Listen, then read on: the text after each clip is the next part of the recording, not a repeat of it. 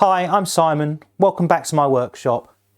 And with Christmas just round the corner, I'm going to see if I can make some Christmas decorations. Let's get tinkering. I'm wondering if there's anything useful in this log pile.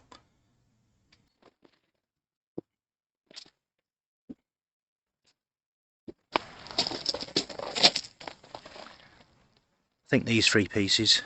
These logs are from a cherry branch out of my garden. They are very wet, although the logs were cut down many years ago. So we'll only see when we cut into it if the wood is going to be suitable or not. Now I'm thinking that with this larger piece of wood, I might be able to make some nice tea light holders.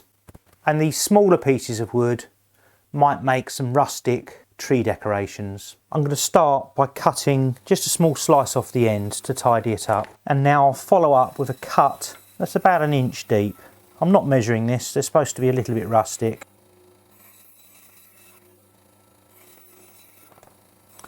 This piece I may not be able to use because it's got some shakes in it. We'll see, I'll try making something with it, and if we find that the shakes are causing a problem or it just looks a bit naff, then we'll just dump it and use the others. I'm thinking these might look nicer with the bark taken off.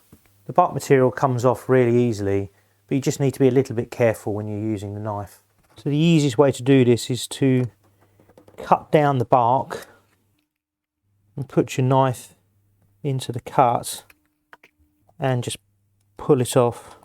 Sometimes the whole thing comes off in one go like this. Just take it nice and easy. I then used a 40mm Forstner bit to drill a large hole in each of the small logs. The logs aren't perfectly circular, so judging the exact centre was done by eye. I then sanded them square on the bench sander, and using a sanding stick softened the edges. After a quick rub down with the tack cloth, I give them all a coat of polyurethane.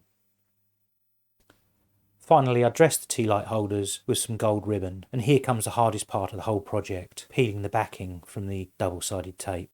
To make the tree decorations, I've decided to use the table saw. Now, one of the things I've needed to consider is a similar thing of this wanting to rotate. That could be dangerous. But also, I've been rotating this trying to find the best position that I have the most surface area touching the fence. And I think it's there.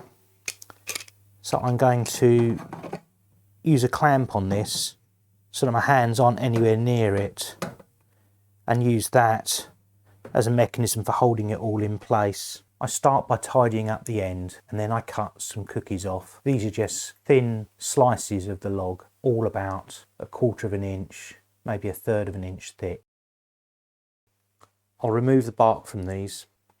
Thin cookies like this, you can normally take the bark off just by rubbing it with your thumb. A couple were cracked, but the rest came out fine. On these I'm going to sketch out some simple Christmas related designs, such as snowmen, stars and trees. I'm going to burn these designs into the wood using my soldering iron. Now I don't know what the right temperature to use is, but 451 Fahrenheit is a fantastic book by Ray Bradbury, so I thought I would use that.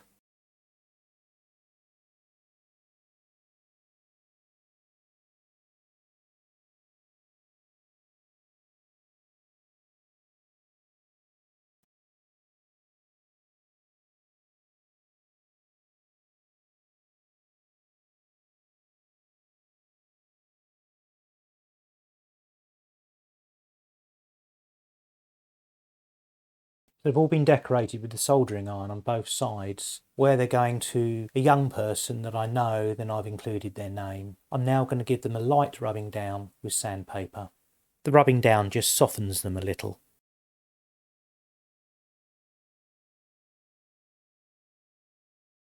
Using my Proxon rotary tool, I pilot a hole in each of the decorations.